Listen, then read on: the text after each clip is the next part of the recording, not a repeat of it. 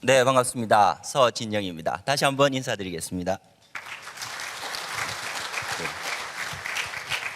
네.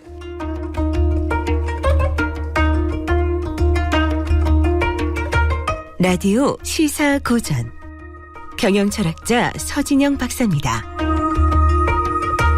4대1의 승부였습니다.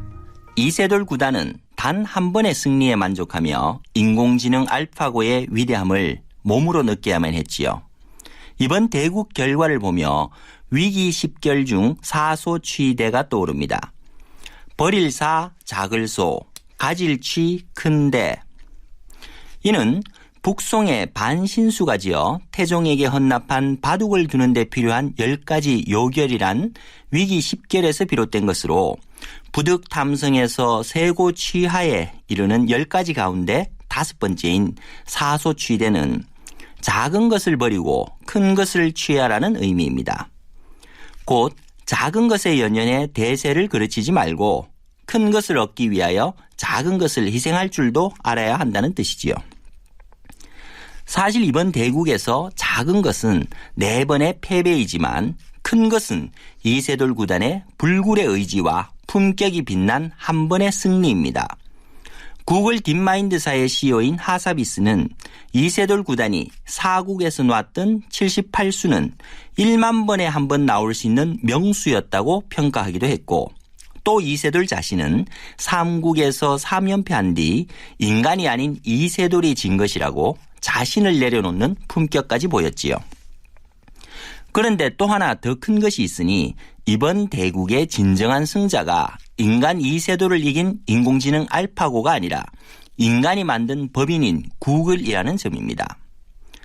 구글은 이번 대국을 위해 200만 달러를 투자했는데 5번의 대국이 끝나면서 구글의 시가총액이 대국 전보다 무려 58조 원이 늘어난 것입니다. 결국 대국의 진정한 승자는 구글인 것이지요. 하지만 이것도 작게 만드는 것이 있습니다. 바로 우리가 겪은 거대한 생각의 변화일 것입니다.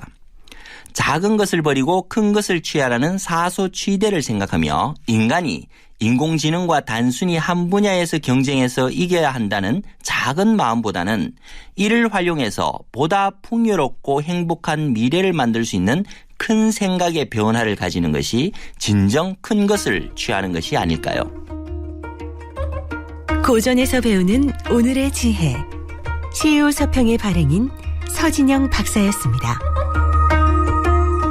사소취대를 이야기했는데요. 저는 경영학을 먼저 공부하고 그리고 철학을 공부했습니다. 라디오 시사고전을 진행하면서 굉장히 많은 고전과 현대의 접목을 위해서 1000회가 넘는 과정을 통해서 공부를 했는데요. 그래서 저를 부를 때 경영철학자라고 부릅니다. 왜 경영철학자일까? 이유는 하나죠. 경영학도 하고 철학도 했기 때문에 그렇습니다. 제 호가 유경인데요. 유경은 유학과 경영을 했기 때문에 그렇습니다. 이 지도 교수님이 이제 철학 박사를 받고 나니까 이제 호를 이렇게 주시는데 멋있게 호를 주시면서 호는 쉬워야 된다. 그러면서 유학과 경영으로 지어주셨어요. 너무 쉽잖아요. 또 약간 또 여자 이름 같고. 그래서 이랬더니만 그리고 저는 경영학을 먼저 했습니다. 했더니 그러면 경유로 지어줄까? 그래서 경유보다는 휘발유가 아니죠. 유경이 나은 것 같아서 유경으로 이름을 했는데 상당히 지나보니까 굉장히 맞는 얘기 같아요. 유학과 경영 아주 좋습니다. 오늘 같이 볼 주제가 퇴계의 이기이원론과 스마트 팩토리입니다. 이기이원론은 그럼 뭐죠? 이하고 기입니다. 이되시죠?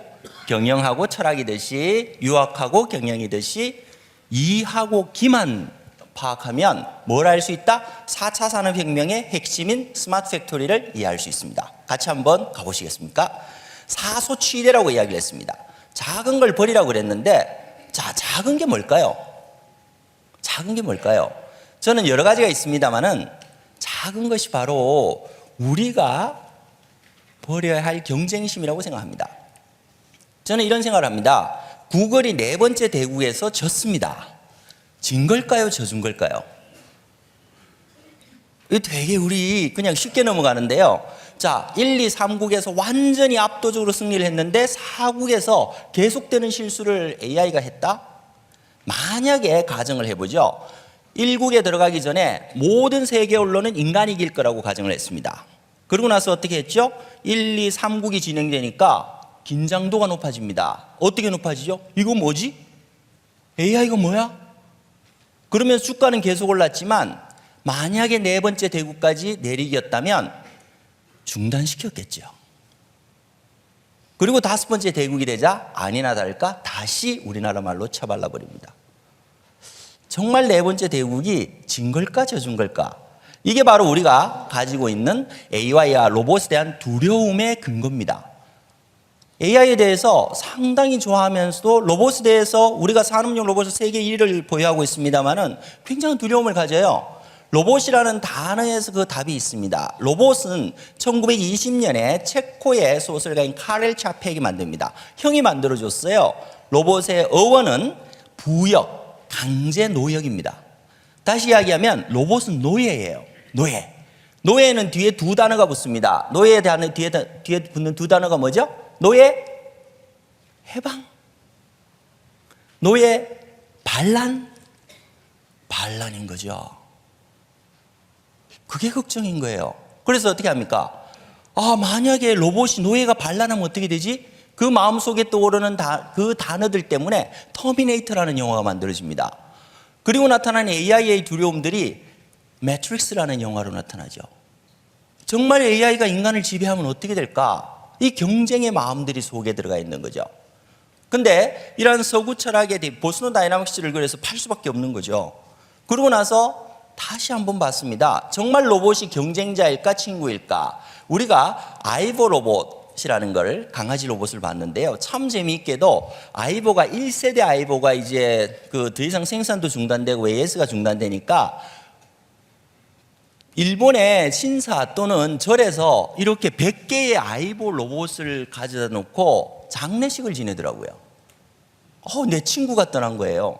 근데 더 재밌는 건 그 100개의 아이보 뒤에 100명의 주인이 무릎을 꿇고 있는데 그 뒤에 다시 100명의 주인들이 무릎 꿇고 기다리고 있어요. 뭐예요? 이제 이 장례식이 끝나면 그 아이보의 부품 을 기증받아서 뒤에서 살려고 기다리는 아이보 100명입니다. 그만큼 이제 애착이 있는 거죠. 그리고 한국은 더하게 로봇을 만들어도 욕쟁이 할머니 로봇을 만듭니다. 거하게 해줍니다. 뒤에 좀 이따 한번 들려드릴게요. 그리고 나서 나오는 것이 이제 페퍼죠. 페퍼는 일본에서 역시 일어났습니다만은 어떻게 한 달 동안 실험을 했습니다. 할머니 혼자 사시고 계시는데 거기에 페퍼를 갖다 줬어요. 그리고 한 달 뒤에 페퍼를 찾아오려고 갔더니 껴안고 내놓지 않는 겁니다. 왜 그래요? 안면 인식을 통해서 표정을 읽어내면서 집에서 봤더니 어머 오늘 무슨 좋은 일이 있었어요? 왜 이렇게 기분이 좋아요? 저한테 들려주세요. 아니 오늘 왜 이렇게 기분이 울적하세요? 저하고 같이 노래 부르실래요? 그리고 피아노 반주를 넣어줍니다. 아침에 일어났더니 오하요 고자이마스 그러더니 뭘 해줘요? 오늘 날씨는 어떻고요? 오늘 누구가 찾아올 거고요? 어디 가셔야 돼요? 세상에 이런 친구가 없죠. 그리고 떠나보내려니까 껴안고 보내질 않는 거예요. 네, 한 대 팔았습니다. 그죠? 이게 우리가 로봇을 대하는 2가지 태도입니다. 그러면 한번 고민해보죠. 우리가 정말 화날 때가 있어요. 말하고 달리기를 합니다. 누가 이겨요? 말한테 달리기 졌다고 땅 두드리면서 대성통곡 하실 분. 자, 경영학의 시작이 사실은 삽을 들고 땅을 파는 데 시작됐습니다. 프레드릭 테일러가 과학적 관리법을 만들어냅니다. 동작 연구를 하죠. 길레 블레스트가. 뭘 합니까? 삽을 팔 때는요, 왼손이 밑에 들어갑니다. 오른손잡이는. 왼손이 밑에 들어가고 판 다음에 오른발로 밟고 뒤로 빼고 왼쪽으로 던져요, 오른쪽으로 던져요? 왼쪽으로 던지는 게 낫습니다. 요게 표준입니다. 그리고 제일 땅을 잘 파는 친구가 열심히 파니까 그게 스탠다드가 된 겁니다. 이거보다 잘하면 더 줘요.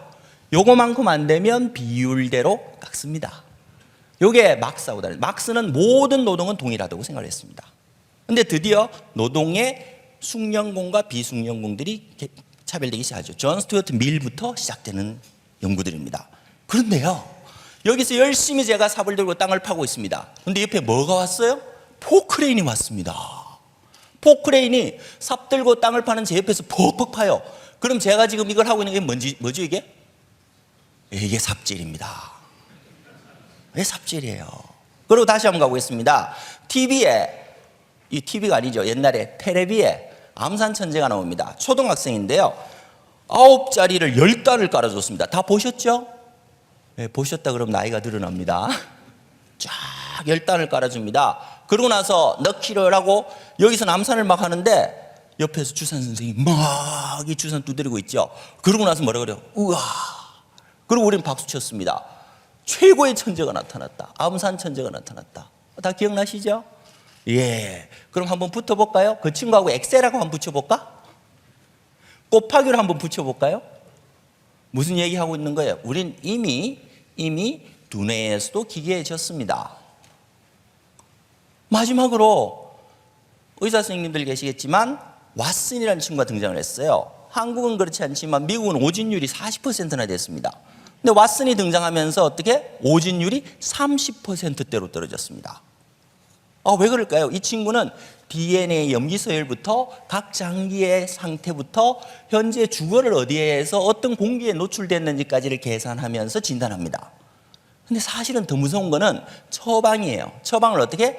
나의 유전자와 나의 바이오케미스트리를 완전히 분석해서 생화학 쇼크가 일어나지 않게 처방합니다. 여쭤볼게요. 자제분이 손주가 아파요. 의사하고 왓슨한테 누구한테 처방받으시겠습니까? 이야, 이게 바뀌는 거예요. 큰일 났어요. 그래서 미국에서 드디어 야, 이거 도저히 안 돼. 시합하자. 의사하고 왓슨이 붙었습니다. 누가 이겼을까요? 미국의 의사 100명하고 100명들이 붙고 왓슨이 한 명이 붙었어요. 누가 이겼을까? 의사가 이겼습니다. 뭔 말이죠? 의사가 이겼어요. 어떤 의사가 이겼느냐? 왓슨을 잘 쓰는 의사가 이겼습니다. 이해되시죠? 말보다 빨리 달리는 법은 말을 타고 달리는 겁니다. 포크레인보다 빨리 땅을 파는 방법은 포크레인을 운전을 잘하는 겁니다. 그리고 암산을 잘하는 건 우리가 엑셀 시트에 공식을 잘 만드는 거예요. AI를 잘 쓰는 사람이 미래를 지배합니다. AI는 우리의 경쟁자가 아니고 우리가 활용할 도구인 거죠. 그래서 우리의 거대한 생각의 변화들이 필요한 겁니다. 자, 과연 우리 두려움에만 떨 것이냐? 아니면 미래를 가져갈 것이냐? 어떻게 할래? 어떻게 이길 거야? 그래서 저에게 여러 장의 카드를 준비했습니다. 여기 나오는 여러 장의 카드들이, 예를 들면 이제 그 밑에서 중간에 있는 것들은 이제 우리 능률협회에서 하고 있는 세이와주쿠, 이나모리 가조가 현대의 경영자들에게 일려주는 얘기들을 한번 뽑아봤고요. 아니면은 고객 만족에 대해서 주자가 얘기하기도 하고 드러크와 공자가 인사관리를 얘기하기도 했습니다. 근데 여기서는 오늘은 아마도 4차 산업혁명에는 우리 퇴계 선생님의 이기이원론이 가장 맞지 않을까 해서 이 카드를 한번 펼쳐볼까 합니다. 4차 산업혁명의 두려움 시작됩니다. 우리는 막연한 경의와 두려움으로 4차 산업혁명을 준비하고 있습니다. 예를 들면 이런 거죠. 영국에서 1500만 개 일자리가 없는데 미국은 로봇이 8천만 개 일자리를 대체한대. 이거 믿으세요? 신문에 났는데. 자, 생각을 해보죠. 미국의 인구가 3억입니다. 경제 인구 2억 칩시다. 2억 중에 8천만 개의 일자리를 없애기 위해서 정부가 위원회를 만들어서 추진하고 있습니다. 아시겠어요? 얼마나 모순인지? 우리가 위원회를 만들어서 4차 산업혁명을 가열차게 진행시키면 전 국민의 일자리 반이 사라집니다. 그게 정부가 하는 일이에요? 이걸 믿고 있어요.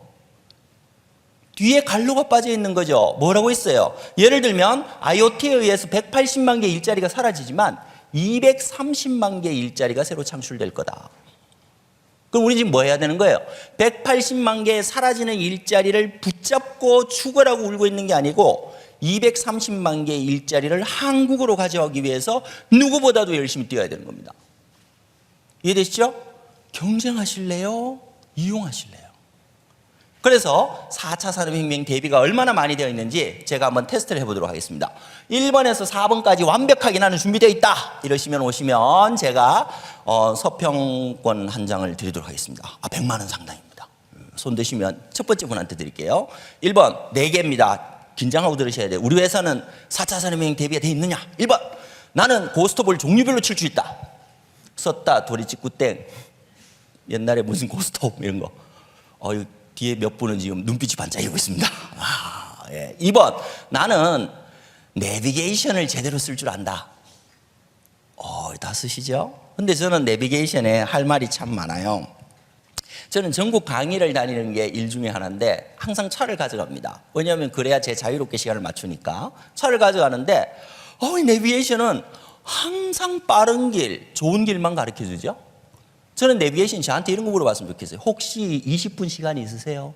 있지. 그러면 여기 부산 지역에서 가장 이쁜 해안도로, 시닉뷰를 가진 해안도로를 안내드리겠습니다. 드라이브하고 올라가실래요? 11시 반이네요. 여기서 10분 거리에 좋아하시는 순두부찌개집 정말 죽여주는 집이 있습니다. 가실래요? 왜 내비게이션에는 감성이 없을까? 가장 산업적인 사고로 만들어낸 게 내비게이션입니다. 좀 바뀌었으면 좋겠어요. 여기까지는 오셨죠? 세 번째, 나는 위핏을 해본 적이 있다. 여기서 이 짝 나뉩니다. 40대. 마지막으로 나는 포켓몬고를 해본 적이 있다. 자, 다 되시는 분? 한 분도 없네. 이야, 이거 큰일 났네. 우리나라 이 4차 산업혁명이 이렇게 준비되고 있습니다.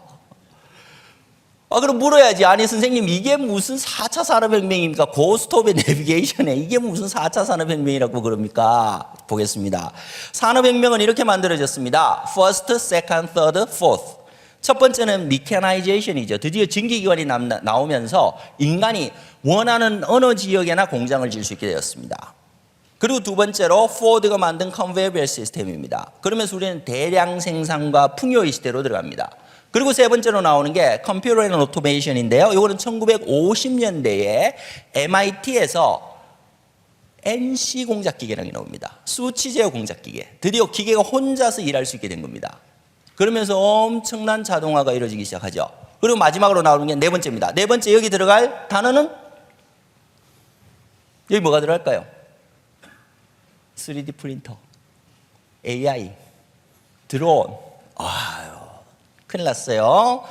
아까 욕쟁이 할머니가 다시 등장하는 순간입니다. 욕쟁이 할머니가 욕을 합니다. 들으면 굉장히 기분이 좋아요. 왜 그러냐? 저는 한국이 정말 대단하다고 생각하는 게 욕 중에 최고 욕이 이겁니다. 잘 먹고 잘 살아라. 땡큐. 그죠? 근데 진짜 더한 욕이 있어요. 그게 뭐예요? 야, 이 개념 없는 놈아. 저 보세요. 개념이라는 게 콘셉트. 한꺼번에 전체를 두고서 딱 잡아내는 능력이 콘셉트입니다. 그죠? 개념이 있고 없고를 욕이 되는 나라가 한국이에요. 이게 어느 정도 수준이 되는지 아시겠죠? 자, 어떤 얘기를 하고 싶은 거냐? 아까 말씀드렸던 3D 프린터나 AI나 IoT나 드론이나 우리가 하면 4차 산업혁명 되는 줄 알고 있지만 지금 여기 나오는 단어는 개념이에요. 개념. 4차 산업혁명의 개념도 잡지 않고 기술 잡는 거는 누가? 장님이 코끼리 만지는 거하고 똑같은 겁니다. 개념이 뭐예요? CPS. 괜히 봤다. 더 어렵네. 이게 4차 산업혁명의 개념입니다. CPS만 잡으면 4차 산업혁명 됩니다. 지금까지 우리가 봐왔던 모든 도표, 사실 그 제일 중요한 앙꼬를 안 보고 그림만 봤던 거죠. 그게 CPS입니다. CPS가 뭐죠? 어렵죠? 어렵습니다. 이게 독일에서 시작되는 것들입니다. 사이버 물리 시스템, 더 어려워요. 그랬더니 다보스 포럼에서 야, 이거 너무 좋은데 너무 어렵다. 쉽게 가자. 라고 나온 게 4차 산업혁명입니다. 이걸 지금은 디지털 트랜스포메이션이라고도 부르고 인더스트리 4.0이라고도 부릅니다. 무슨 뜻일까? 모든 4차 산업혁명, 인더스트리 4.0 또는 디지털 트랜스포메이션은 CPS라는 개념을 잡지 않고서는 이해할 수가 없습니다. 자꾸 인더스트리 4.0이면 뭐다 핵심이 CPS예요. 이걸 한국이 더 잘할 수 있습니다. 어떻게 해요? 우리에게는 퇴계 선생님이 계십니다. 퇴계 선생님의 이 성학십도를 보면서 스마트 팩토리가 시급합니다라는 스마트 팩토리의 이 성학십도를 보면서 저는 울었어요. 어떻게 됐느냐? 예. 여기 나오는 이 그림들이 성학십도, 태극도입니다. 태극도. 여기서 스마트 팩토리가 시급합니다. 운용되는 공장을 말합니다. 여기서 이야기하는 태극. 그리고 이기 이원론, 이기 호발설을 알면 CPS가 더 쉬워집니다. 차라리 CPS 공부할래요. 무슨 이기 이원론, 이기 호발설이야. 이거 고등학교 때 시험 나올 때 머리 정말 싸매든 건데 이기 이원론 혹시 좀 설명해 주실 분? 한 단어로. 이거 어렵죠? 차라리 그냥 CPS 공부할래요? 아니요. 너무 쉽습니다. 한국인은 너무너무 쉽게 이해할 수 있는 게 이 두 가지 개념입니다. 자, 한번 도전해 보시죠. 성학십도가 나왔습니다. 왼쪽이, 보시는 쪽 왼쪽이 태극도고요. 오른쪽이 심통성정도입니다. 10개 중에 2개인데요. 저는 이 그림 보면서 퇴계 선생님의 저작을 보면서 울었습니다. 울었어. 너무 감동이 여기에 길이 있구나. 그 중에서도 특히 감동한 게 이거였습니다. 퇴계 선생님이 파워포인트에 대가셨구나. 우리는 옛날에 글을 쓰셨다 그러면 저 오른쪽 하단에 전부 한자로 이렇게 줄줄 썼을 거라고 생각합니다. 어때요? 딱 그림으로 도해해서 태극이 무엇인지, 심통, 우리 마음은 어떤지를 바로 보여주고 있지 않습니까? 이 심통성정도 속에, 그리고 태극도 속에 우리의 미래인 CPS가 들어있습니다. CPS는 사이버 물리 시스템입니다. 사이버 공간에서 작업을 하면 현실 공간에서 작업이 일어나서 같이 만들어주는 기술 체계를 말합니다. 이걸 퇴계로 하면 제조 원리인 E를 가상 세계에서 만들어내서 현실 세계의 기에 발현인 제조 기계들이 움직이게 만들어주는 겁니다. 다시 말씀드렸죠? E하고 기 두 개를 이해하면 CPS는 저절로 해결됩니다. E에 대해서 한번 보겠습니다. E하고 기하고 두 개만 하면 됩니다. E는 옥 속에 들어가 있는 무늬를 말합니다. 무늬를 말합니다. 그럴 리가 있나? 그 이치에 맞네. 이게 리예요. 사물 속에 내재하는 원리입니다. 조금 더 쉽게 설명드리겠습니다. 혹시 첫 슬라이드에서 이해가 안 되셔도 두 번째, 세 번째 보시면 다 이해됩니다. 자신 있습니다. 쭉 한번 따라와 보세요. 제가 굉장히 궁금해하는 게 인문학이 인기가 난리인데 인문학이 뭐지?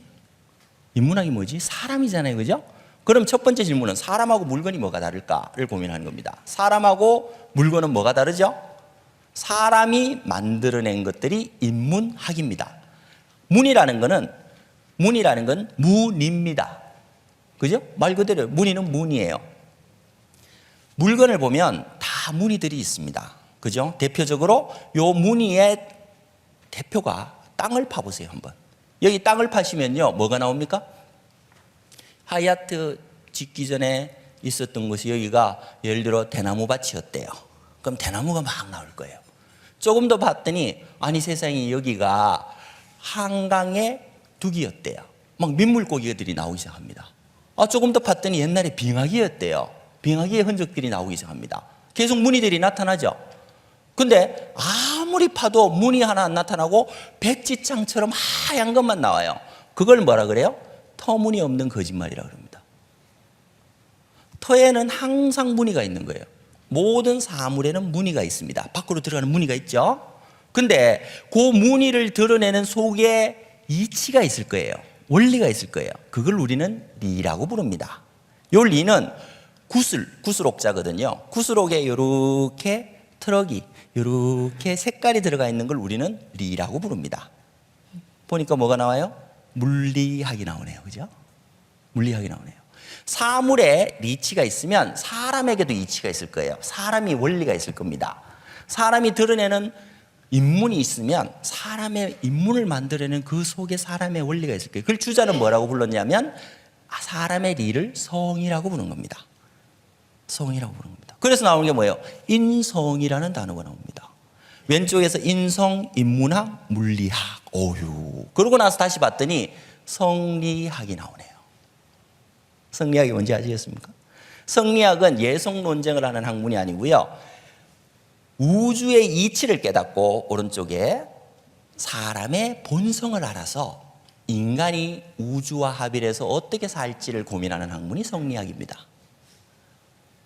증거, 우리는 수신제가 치국평천을 얘기하지만 더 먼저 해야 되는 게 뭐예요? 경물치지, 우주의 이치를 아는 거죠. 그리고 내 마음 성의정심하고 수신제가 치국평천을 갑니다. 우주의 이치가 뭘까요? 우주의 이치, 성 속에 들어있다고 이야기합니다. 성은 생이라는 거는 흙에서 이렇게 새싹이 돋아나는 모습입니다. 살려는 마음이에요. 살려는 마음을 가지고 있습니다. 누가? 내가 살려는 마음을 가지고 있으면 상대는 같이 살려고 마음을 가지고 있죠. 우리 마음속에는 전부 살고 싶어요. 생각해 보세요. 배가 고프면 어떻게든 밥 먹잖아. 외로우면 어떻게든 전화를 해요.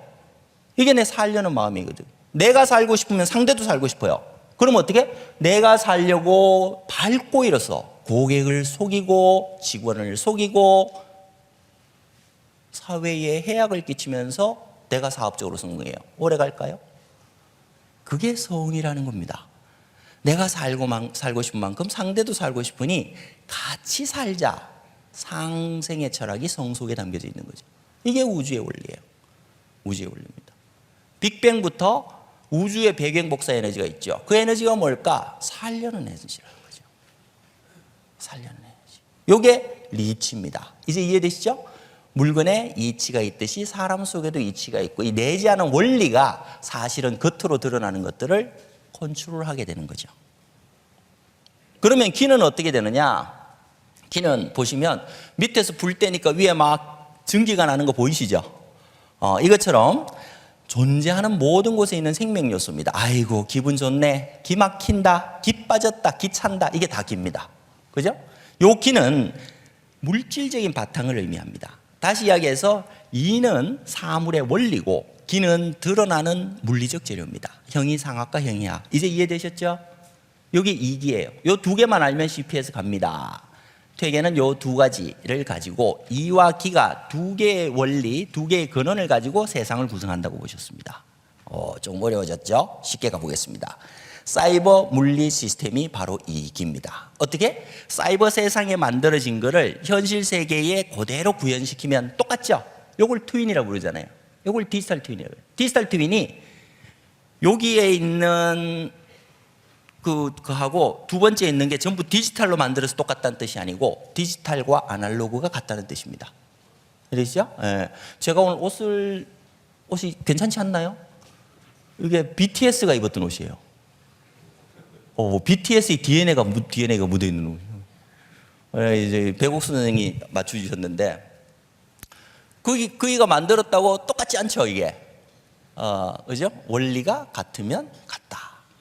이하고 기가 같이 움직인다. 이하고 기가 같이 움직이는 디지털 트윈 같이 한번 보시면 CPS의 가장 대표적인 게 내비게이션입니다. 지금부터 쉽습니다. 앞에 거는 간단하게 원리만 보시고 나면 지금부터 사례를 한번 보시면 또 거꾸로 이해가 돼요. 가보죠. 자동차 내비게이션 한번 보시죠. 자동차 내비게이션 안에는 지금 스마트폰 안에는 대한민국의 모든 지도와 건물 이름과 주소가 담겨져 있습니다. 그죠? 택시기사 30년 해도 서울시 주소 다 못 외웁니다. 맞습니까?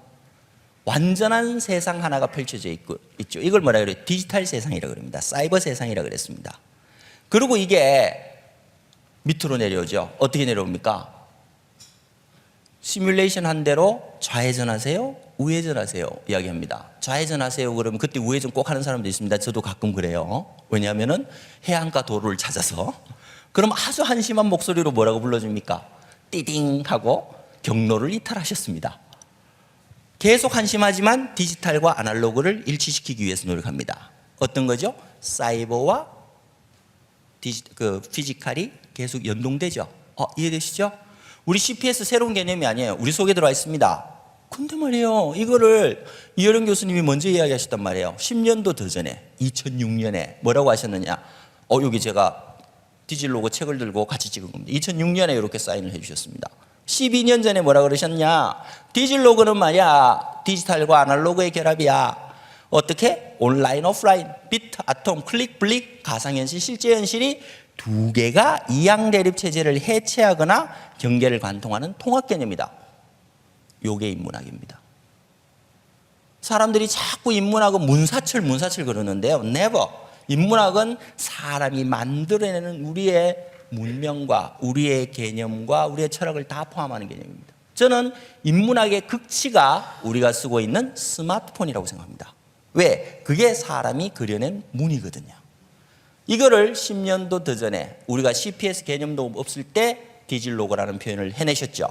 이 CPS가 다시 쉽게 들어가 있습니다. 생활 속에 들어가 있습니다. 닌텐도가 뭐 만드는 회사죠? 닌텐도는 뭘 만드는 회사예요? 임천당. 모르세요? 닌텐도는 화투 만들던 회사입니다. 화투 만드는 회사예요. 화투장 중에 제일 좋아하시는 화투장? 18개 중에? 혹시 있으세요? 없으세요? 네, 저는 비광을 제일 좋아합니다. 이거 2점에 점수도 이거 나기 힘든데 저는 비광이 좋습니다. 왜냐? 여기 들어있는 사람이 오노 노도후라는 일본의 서예가예요. 서예가인데 젊은 시절에 산꼭대기 올라가서 계속 한일자만 그리고 있는 거예요. 그러니까 얼마나 지겹겠어. 도망갔습니다. 8월 달에. 도망 나왔더니 뭐가 갑자기 폭우가 내려가지고 뒤에 폭우 물진 거 보이시죠? 물이 막 내려왔더니 아니나 다를까 웅덩이가 졌는데 거기 개구리 한 마리가 들어가 있는 거예요. 개구리가 살겠다고 100번을 뛰어나오는데 못 나와요. 200번을 뛰는데 못 나와. 어떻게 해요 이거? 우리 같으면 건져줬을 건데 이렇게 가서 봤어요. 그랬더니 얘가 300번 400번을 뛰더니 뒤쪽에 있는 수양버들 나무가지를 쥐고 나오는 거예요. 이걸 보고서 오노 노도우가 외칩니다. 오 노! 내가 이러면 안 되지. 이 미물도 살려고 이렇게 노력을 하는데 내가 이 한일자 그리는 게 귀찮아서 도망간다는 게 말이 되냐. 그리고 다시 산으로 올라가서 당대 최고의 서예가가 됩니다. 그게 오노 노도우예요. 그래서 이걸 볼 때마다 옆에 오동광이 떠도 비광을 먹으며 그래 이렇게 살아야 돼. 눈물겨운 화투 얘기였습니다. 이게 임천당 닌텐도가 만든 얘기예요. 이 닌텐도가 드디어 만들어낸 게 여기 닌텐도 위입니다. 닌텐도 위에서는 어때요? 보시면 이렇게 스키를 타고요. 권투를 하고 요가를 합니다. 수상 스키도 되죠. 이게 왜 중요하냐?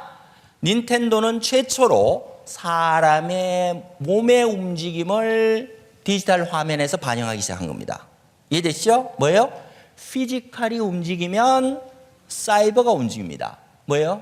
CPS입니다. 이해되시죠? 이게 개념의 혁신입니다. 그리고 나서 나오는 총이나 핸들이나 골프까지 연습을 하게 해줍니다. 드디어 닌텐도에서 포켓몬고가 나옵니다. 포켓몬고는 왜 중요할까요? 포켓몬고는 뒤에 우리 위 교수님께서 너무 재밌게 잘 가게 해줄 거기 때문에 아주 간단하게 넘어가면 지구 전체를 게임판으로 만들어버렸습니다. 하얏트 호텔에 지도가 뜹니다. 그리고 그 위에 제가 걸어 다녀요. 앞에 포켓몬이 나타났습니다. 잡죠. 자, 그럼 생각해보죠. 뭐 보여요? 보입니다. 어디에서? AR에서. 피지컬에서 움직여요.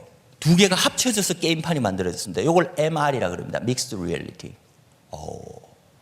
닌텐도에서 만든 포켓몬고는 사이버와 피지컬을 통합시켜버렸습니다. 왜 이렇게 난리가 났을까? 예를 들면 속초에서 우리가 이제 처음으로 속초가 포켓몬고가 가능해졌는데 4만 원짜리 패키지가 1시간 만에 다 팔려버립니다. 여기 나오는 포켓몬고가 나오면서 닌텐도가 일주일 새 주가가 2배가 됩니다. 미국 친구들 절대 안 걸어 다니는데 달을 143번 왔다 갔다 할 만큼 걸어 다녔대요. 통계를 보면. 이게 세상을 바꿔내는 거죠. 뭐가 바꾼 거예요? 게임이 아니고 개념이었습니다. 사이버 피지컬 시스템. 다시 가겠습니다. 이게 공장으로 간 게 CPS입니다. CPS는 생산 설비가 사이버가 생산 설비를 컨트롤하면 사이버 피지컬 시스템 디지털 트윈이 만들어집니다. 디지털 트윈은 제품의 모양뿐 아니고 현재 운용되는 모양을 그대로 보여주는 사이버 세상을 만들어내는 걸 의미합니다. 그래서 요거는 GMS 자료입니다. 어떻게? 제품의 기획, 생산, 개발, 생산, 출시 끝났죠? 근데 뭘로 가요? 리얼 월드로 갔어요. 이게 무슨 뜻일까요? 요거는 사이버상에서, 컴퓨터상에서 일어난 일입니다. 어떻게? 요걸 동일하게 실제 세상에서, 리얼월드에서 만들어내야 되겠죠. 요걸 뭐라 그럽니까? 사이버 피지컬, 디지털 트윈이 된 겁니다. 이해되시죠? 아까 내비게이션 봤습니다. 닌텐도 봤습니다. 동일하게 공장으로 오는 겁니다. 제가 4차 산업혁명 보면서 제일 걱정하는 게 뭐예요? 제일 먼저 없어질 게 여기 나오는 우리 솜사탕 아저씨. 솜사탕 아저씨들이 이게 참 상당한 위기를 맞고 있습니다. 2017년에 알파고 다음에 나올 알파탁이라는 친구입니다. 탁구를 치는데요. 좀 엉성하죠? 예, 계속 걸렸어요. 2018년에 제가 구자관 회장님 모시고 갔습니다. 그랬더니 어떻게? 어유, 이 친구가 중국 친구 같은데 엄청나게 깎아요. 깎는데 지지 않습니다. 다 읽어내는 거죠, 물리를. 그리고 사이버 세상에 계산해서 행동을 시킵니다. 예, 이렇게 밀려날 때 세계 최초로 알파 타격에 스매싱을 날린 사람은 한국에서 온 접니다. 예, 저였습니다. 여기는 프랑스인데요. 프랑스에서 물리적으로 골프공을 던져낼 때 이걸 순식간에 계산해서 받아내는 그 연동되는 모습을 보여주는 건데요. 상당히 하나 가지고 누가 못하냐라고 했더니 바로 이어서 두 개를 쏘죠.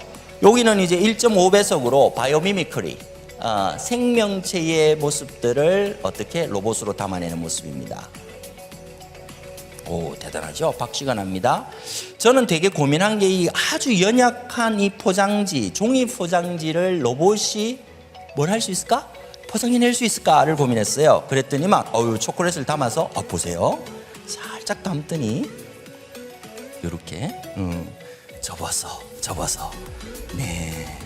요렇게 하더니, 접습니다. 야, 이게 로보틱스의 발전들이죠.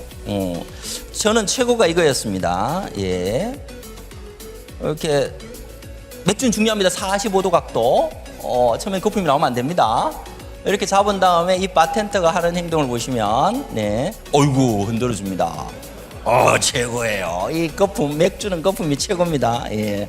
이렇게 해서 한 잔을 주더라고요. 이게 바로 우리가 보는 CPS죠. 이런 디지털 트윈을 만들어내는 장점이 뭐가 있을까요? 이기원님이 만들어내는 CP의 장점은, 예를 들어 우리 풍력 발전기를 한번 생각해 봅시다. 풍력 발전기가 돕니다. 혼자서 돌고 있으면 문제가 뭐예요? 이게 언제 고장 날지 몰라요. 하나 있는 베어링은 10,000시간이 내구연한인데 날개는 30년을 씁니다. 근데 대부분 쓰는 건 조그마한 부품들이 에러가 나면서 전체가 서버리거든요. 어떻게? 부품 전체의 내구연한을 담은 뭘 만들어줍니까? 사이버의 모델을 만들어줍니다. 그럼 뭐가 돼요? 언제 고장 날지 알기 때문에 미리 선도적으로 처리합니다. 우리 회사의 공장들의 각 부품들의 내구연한들 계산하고 계십니까? 우리 형광등들의 내구연한 계산하고 계십니까? 두 번째, 풍력 발전을 하고 있을 때 이게 90도로 바람을 컨프런트하면 잘 돌아가겠죠. 근데 만약 이걸 45도로 돌려보면 어떨까요? 돛담배처럼 훨씬 효율성이 올라갈 거다 아닐 거다 해보려면 공장 세워야 됩니다. 근데 어떻게? 시뮬레이션으로 돌려보면 세우지 않고도 모든 시뮬레이션과 프로세스를 재설계할 수 있습니다. 이해되시죠? 그러면은 우리 다시 고민해보죠. 아까 4차 산업혁명 대비 첫 번째는 낙제를 받으셨는데 이제 수업을 들으셨으니까 다시 한번 테스트 해보겠습니다. 첫 번째, 스마트폰의 내구성 테스트를 합니다. 스마트폰이 보통 어디에서 떨어지느냐? 전화 받다가 어머 하고 집어던지는 분 별로 없어요. 대부분 어떻게? 주머니에서 꺼내다 떨어집니다. 1m에서 떨어져요. 제가 전자회사를 가봤더니 이걸 붙잡고 밀어서 떨어뜨리는데 10,000번을 떨어뜨리더라고요. 10,000번을. 그래가지고 보고 데미지 난 걸 보고 다시 보강한 다음에 다시 10,000번을 떨어뜨려요. 이걸 3-4번을 하니까 이게 떨어져도 아주 튼튼한 핸드폰이 나오는 겁니다. 요즘 그렇게 하고 있으면 시장에 뒤집니다. 바빠요. 어떻게 합니까? 전부 컴퓨터 시뮬레이션으로 합니다. 시뮬레이션을 해서 구조에 의해서 떨어졌을 때 충격이 어떻게 확산되는지, 재질이 어떤 영향을 받는지를 다 계산해내야 되겠죠. 자동차 크래시도 마찬가지입니다. 자동차가 할 때 어떻게 어떤 각도에서 알루미늄과 철강이 얼마 정도 섞였을 때 뭐가 들어온지를 컴퓨터로 다 계산해내야 됩니다. 그래서 나오는 게 뭐예요? 4차 산업혁명은요, 물리학과 디지털 생물학의 결합이다. 옛날에 이게 뭔 말이 디지털만 잘하면 IT만 잘하면 되지 뭔 소리야. Never. 디지털을 만들어내기 위해서는 현실 세계의 물리, 물성에 대한 완벽한 이해가 있어야 됩니다. 생명공학, 바이오케미스트리를 이해하지 않고서는 사이버 모델을 만들어낼 수가 없는 거예요. 결국 다시 우리가 해야 될 게 뭔지가 명확해지죠. 기초과학에 투자하고 우리 회사의 근원적인 물질의 특성에 대해서 고민을 해야 되겠죠. 두 번째 가보겠습니다. 4차 산업혁명에 앞서가는 건설회사의 특징은 뭘까요? 아주 좋습니다. 드론이 날아갑니다. 어디로? 저기 50층 꼭대기에 가서 밤에 불 끄고도 혼자서 조립하고 있습니다. 건물을. 오, 최고의 4차 산업혁명 회사죠. 다른 회사가 있어요. 3D 프린터로 찍찍찍찍 일주일 만에 건물을 만들어냅니다. 아, 대단한 회사죠? 이 회사 투자하시겠습니까? 다시 고민 한번 해보겠습니다. 제가 오늘 경품으로 정말 좋은 경품이 나왔는데 이걸 한번 드려볼까요? 집을 한 채 드리겠습니다. 하나는 3D 프린터로 찍찍찍찍 일주일 만에 지었습니다. 하나는요, 제가 오늘 강의를 위해서 1년 전부터 땅 파서 전부 콘크리트 쳐서 철 건너서 2층으로 따박따박 인테리어 다 해서 지은 집이 있습니다. 두 집 중에서 어떤 것 선택하시겠습니까? 찍찍찍찍 1년. 마음속에는 이쪽입니다. 아니 4차 산업혁명 하자며 3D 프린터 하자며 말씀드렸죠? 기술이란 말이에요. 4차 산업혁명을 정말 잘하는 건설회사는 어떤 회사냐? 디지털로 건물을 짓습니다. 철근 콘크리트를 넣어보고요. 벤틸레이션 다 넣어보고 외기구조 다 빼봅니다. 뭘 해요? 거기다 불 지릅니다. 불이 어떻게 확산돼 나가죠? 외연제에서 어떻게 확산돼 나가죠? 계산해서 보강합니다. 그리고 상수, 하수, 중수를 넣어서 어디다가 수조를 넣은 다음에 플러드 때려봅니다. 홍수 때려봅니다. 어느 정도의 물에 지하가 잠기는지, 어느 정도 물에 외벽이 손상되는지를 시뮬레이션 하죠. 그리고 다시 태양광 패널들을 달아봅니다. 몇 도 각도에 몇 시에 가장 효율적으로 각도가 나오는지를 시뮬레이션 합니다. 완벽한 디지털 공장을 만든 다음에 디자인 바꿔서 여기 짓고 여기 짓고 여기 짓습니다. 저는 혼자 앉아서 3개의 엘리베이터와 태양광 패널과 방제를 컨트롤하고 있습니다. 사이버 피지컬 시스템입니다. 어느 건설회사가 진짜예요? 자, 우리 회사는 어떻게 해야 되죠? 우리 회사는 4차 산업혁명 시대에 어떻게 해야 될 거냐? 첫 번째는 데이터를 잡아야 돼요. 데이터. 우리 회사가 정말로 잡아야 될 데이터가 뭘까? 그것만 생각하세요. 데이터가 뭘까? 데이터를 살리려면 야구를 보니까 주자가 1루, 2루, 3루 베이스 가니까 살더라고. 그래서 나오는 게 뭐예요? 데이터 베이스입니다. 포맷이 돼서 살아있어야 돼. 그리고 이걸 가지고 내가 뭘 쓸 수 있을까 하는 게 매니지먼트입니다. 그리고 마지막으로 손으로 엑셀로 아무리 해도 안 돼서 계산이 복잡해서 밖에서 가져오는 걸 우리는 시스템이라고 부릅니다. 그러면 이 데이터베이스 매니지 시스템에서 가장 중요한 게 뭐예요? 데이터예요, 데이터. 데이터도 하나도 없는데 무슨 시스템을 밖에서 사오면 4차 산업혁명이 완성된다고 생각해요. 밖에서 사오는 거는 우리 한 다음에 가면 더 잘해. 우리가 만들어내야 돼요. 사람들이 자꾸 착각하는 게 있어요. 2차 산업혁명 이 고생을 해서 50년 동안 대한민국을 만들어냈는데 4차 산업혁명은 시스템 하나 도입하면 된다고 생각해. 큰일 납니다. 데이터를 잡아야 돼요. 그리고 뭘 해야 됩니까? 우리의 사이버 모델링을 만들어내는 게 4차 산업혁명의 시작입니다. 뒤쪽으로 넘어가 보겠습니다. 디지털 팩토리하고 스마트 팩토리는 어떻게 다르냐? 디지털 팩토리는 이의 세계, 스마트 팩토리는 기의 세계입니다. 자동화는 생산 자동화는 혼자서 피지컬의 세상에서 바꾸는 거예요. 스마트 팩토리는 디지털 팩토리가 있는 걸 말합니다. 이해되셨죠?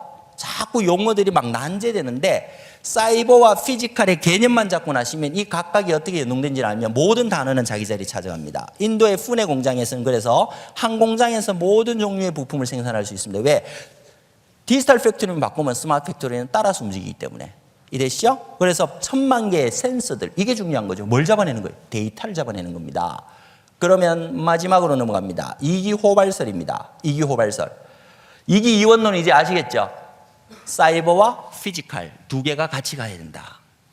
그럼 호발이란 건 뭐냐? 호발. 이기호발은 스마트 팩토리 최적화해야 됩니다. 고봉과 기대성과 퇴계가 무려 4년 동안 4단 7정 논쟁을 벌입니다. 4.7 논쟁이라고 그러죠. 넘어가고 4.7 논쟁이 결론이 나온 게 심통성 정도입니다. 그래서 여기 나오는 게 리발 기수, 기발 리승. 진짜 더 어려운 거 나왔다. 쉬워요. 보겠습니다. 오른쪽에 있는 게 심통선 정도입니다. 아, 태계 선생님 대단해요. 그때 이미 사람들의 심리학을 다 파악을 했어요. 그리고 어떻게 요게 리와 기가 세상을 어떻게 바꾸는지 보는 겁니다. 가장 중요한 현장의 데이터를 잡아낼 수 있는 건 뭐예요? 현실 세계죠. 현실 세계의 기의 세상입니다. 기에서 사이버 세상으로 데이터를 보내주죠. 이해되십니까? 현실 세상의 센서들이 데이터를 잡아서 사이버 세상으로 보내줘야지, 이렇게 보내줘야지 계산이 시작되잖아요. 이게 디지털화예요. 디지털 트랜스포메이션이 요거 첫 단계입니다. 자, 어떻게 됐어요? 현실 세계 기에서 발했습니다. 기에서 발했죠? 그걸 뭐래? 기발이라 그럽니다. 그죠? 기에서 발한 데이터를 가지고 사이버 세상에서 타고 놀아요. 왜냐하면 데이터가 들어왔으니까. 탈승자죠. 기에서 발해서 이가 타고 노는 게 바로 사이버에서, 피지컬에서 사이버로 가는 겁니다. 이해되시죠? 반대로 이렇게 사이버에서 디지털에서 그 피지컬에서 들어온 데이터를 가지고 연산을 합니다. 연산을 해서 최적회를 잡아내죠. 이걸 가지고 현장에 지시를 합니다. 어떻게 내려져요? 리의 세상에서 현실 세계로 실행하라고 지켜줍니다. 스마트 팩토리에. 요게 뭐예요? 2에서 발했습니다. 그죠? 그리고 뭐가? 기가 현실 세계가 따라가는 거예요. 아예 어렵죠. 쉽게 사례로 가겠습니다. 요게 한 번 끝나는 게 아니고 계속 순환하는 게 이기 호발인데요. 샘플 하나 보죠. 2하고 기가 서로 주고받는다. 요렇게 기의 세상에서 한번 보냈으면 이의 세상에서 보내고 왔다 갔다 한다. 이게 뭔 말이지? 왜 호발이지? 보겠습니다. 요게 뭐냐면 파이프라인에서 그레인이나 아니면 물들이 갈 때 그 저항되는 데이터를 잡아내는 모습입니다. 하수도관에 센서를 배치했습니다. 그랬더니면 요게 뭘로 만들어져요? GIS 시스템이 만들어졌죠. 기에서 2로 보냈죠? 그럼 GIS에서 계산을 해보니까 야, 여기 상수도관은 너무 꺾였어. 여기서 일로 바로 가면 되는데 계산 나오겠죠? 요 연산된 걸 어디로 보내줘요? 실제로 재배치하게 시켜줍니다. 2에서 기로 시켰죠? 그랬더니 여기에서 뭘 했냐면 하수도관 내에 IoT를 센서를 설치했습니다. 그랬더니만 하수의 와류들이 계산이 돼요. 그러면서 빠른 유속을 위해서 식물의 삼투압은 대나무의 나와 있는 조그만한 그 마디들은 요걸 넣으면서 유속이 완전히 바뀌냅니다. 이거를 하수관에서 실험할 수 없죠. 시뮬레이션을 해줍니다. 그러고 나서는 재수정을 해줘요. 그러고서 하수관 외에다가 센서를 달아줘 봤습니다. 그러니까 뭐가 달라요? 부식 정도가 바뀝니다. 그러면서 하수관의 내구 연한이 모든 지도에서 파악이 되죠. 하수관의 깊이를 바꿔줍니다. 그리고 부식 정도를 계산해 보니까 토양에 영향이 있어요. 그 토양 지도를 결합시키면서 토양의 어떤 토양에 들어갈 때는 밖에 코팅제를 뭘 쓴다는 게 계산됩니다. 하나하나 올라가죠. 이게 뭐다? 2하고 기가 계속 서로 주고받는 겁니다. 이렇게 가는 것을 뭐라 그러냐? GE에서는 디지털 트윈은 처음에는 60%에 시작되더라도 70%, 80%, 90% 계속 올라간다. 이해되죠? 사실은 굉장히 무겁고 어려운 주제인데 너무 잘 따라오고 계십니다.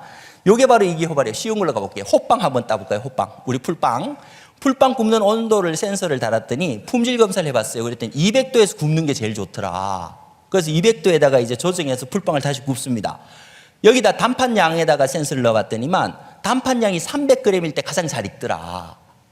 그래서 다시 넣었어요. 이걸 지속적으로 한번 모니터링 해봤더니만 시뮬레이션 했더니 정밀도가 올라가요. 202g하고 202도하고 301g일 때 가장 좋더라. 여기에 외부 데이터를 같이 넣어준 게 매출 데이터를 같이 결합시켜 봅니다. 그랬더니 고객 선호하는 십 크기가 7.8cm 크기더라. 뭔지 아시겠죠?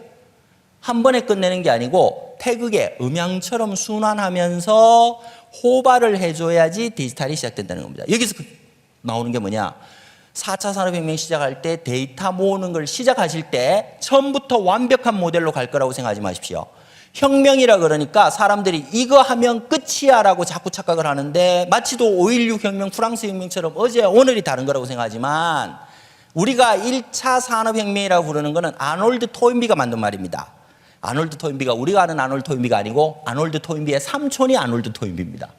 그 삼촌이 뭐라고? 지난 100년을 돌아보니 마치도 혁명과 같았다라고 만들어낸 말이 Industrial Revolution입니다. 4차 산업혁명 하루에 되지 않습니다. 차곡차곡 가죠. 어떻게? 이렇게 단계로 수준을 높여가는 거예요. 지금 해야 되는 건 뭐예요? 데이터를 찾아내는 겁니다. 우리의 핵심 데이터가 뭐지? 여기서 스마트 팩토리의 최적화가 나옵니다. 결론으로 가겠습니다. 제가 엠벨 공장을 갔습니다. 지멘스에서 만드는 엠벨 공장은 자기들이 말할 때는 생각하는 공장이라고 얘기를 합니다. 1950년대에 지어졌다고 이야기를 하는데 세계에서 가장 첨단 공장으로 만들어졌습니다. 여기에서는 1대1의 평행 모델을 만들었습니다. 디지털 트윈이죠. 그러고 나서 IoT를 통해서 계속적으로 센서를 받습니다. 2기호발의 디지털 트윈을 만든 결과 품질은 불량률이 0.001%, 고객의 주문 제품을 24시간 안에 매스 커스터마이제이션 할 수 있고요. 생산성은 13배가 늘었다고 이야기를 합니다. 이게 뭐예요? 디지털 트윈의 힘이죠. 근데 중요한 게 있어요. 로봇하고 인간이 협업하더라. 뭔 소리냐? 지속적으로 테스트를 해봤더니 자동화율을 100% 했을 때 하고 자동화율을 0으로 했을 때 하고 자동화율을 75%로 했을 때, 다시 이야기해서 인간이 25% 개입할 때 가장 효과적이더라. 로봇과 인간의 협업이 이만큼 중요하더라라는 게 결론으로 나오는 겁니다. 이해되시죠? CPS에서 인간을 배제한다. never 그런 생각을 하지 마십시오. 가장 높은 생산성은 인간과 기계의 조화더라. 이걸 맹자께서는 절장보단이라고 이야기를 했습니다. 저는 이렇게 생각합니다. 이 그림을 보시면 제가 나 이황 적혀있고 리와 기가 있고 사이버 피지컬이 있고 디지털 팩토리, 스마트 팩토리가 있고 중간에 태극에서 나와서 이기 호발이 되죠. 이게 제가 조선일보 원고를 쓸 때 처음 개념도 잡은 겁니다. 개념부터 잡고 해야 되겠죠? 개념도를 손으로 이렇게 그려봤습니다. 저는 이렇게 생각합니다. 우리가 알파고부터 시작을 했어요. 이세돌이 이겼다 졌다를 넘어서 그때 개발된 알파고로 사람들이 바둑을 공부하면서 바둑의 붐이 일면서 제2의 전성시대를 맞고 있습니다. 그리고 다시 들어오는 CPS의 시대. 우리가 닌텐도를 봤고요. 내비게이션을 봤고요. 포켓몬고를 봤습니다. 뭐죠? 사이버 피지컬 시스템입니다. 요 두 개를 구성하는 이와 기에 대해서 봤습니다. 우리가 만들어내야 하는 것은 피지컬 세상의 2차 산업혁명에서 벗어나서 사이버 세상의 4차 산업혁명의 디지털 팩토리를 만들어내는 겁니다. 그 힘은 어디에서 나오느냐? 퇴계께서 말씀하신 이기와 이원의 이와 기의 세상이고, 이거를 서양처럼 직선적 사고, 이론적 사고, 직선적 사고가 아니고 순환의 태극의 순환 논리로 이와 기가 서로 주고받는 이기호발로 완성도를 높여가는 그 시작점에 우리는 와 있는 거죠. 저는 이렇게 생각합니다. 우리의 태극, 이기이원론, 이기호발설은 4차 산업혁명 시대에 스마트 팩토리의 철학적 근간을 이루며 제조업 경쟁력의 근원을 만들어줍니다. 제 소원이 있습니다. 4차 산업혁명 시대 우리가 해낼 수 있습니다. 우리는 이런 철학적 바탕이 있습니다. 이 철학적 바탕으로 위대한 한국, 상생하는 세계를 만드는 겁니다. 지구 역사 45억 년에 단 한 번도 나쁜 짓을 하지 않은 유일한 도덕성을 가진 선진국가 대한민국을 만들어내는 것이 여기 계시는 CEO분들의 가장 중요한 사명이 아닐까. 4차 산업혁명 시대 우리가 먼저 앞서 나갈 수 있습니다. 우리의 철학적 기반이 대한민국의 미래를 밝혀줄 것 같습니다. 감사합니다.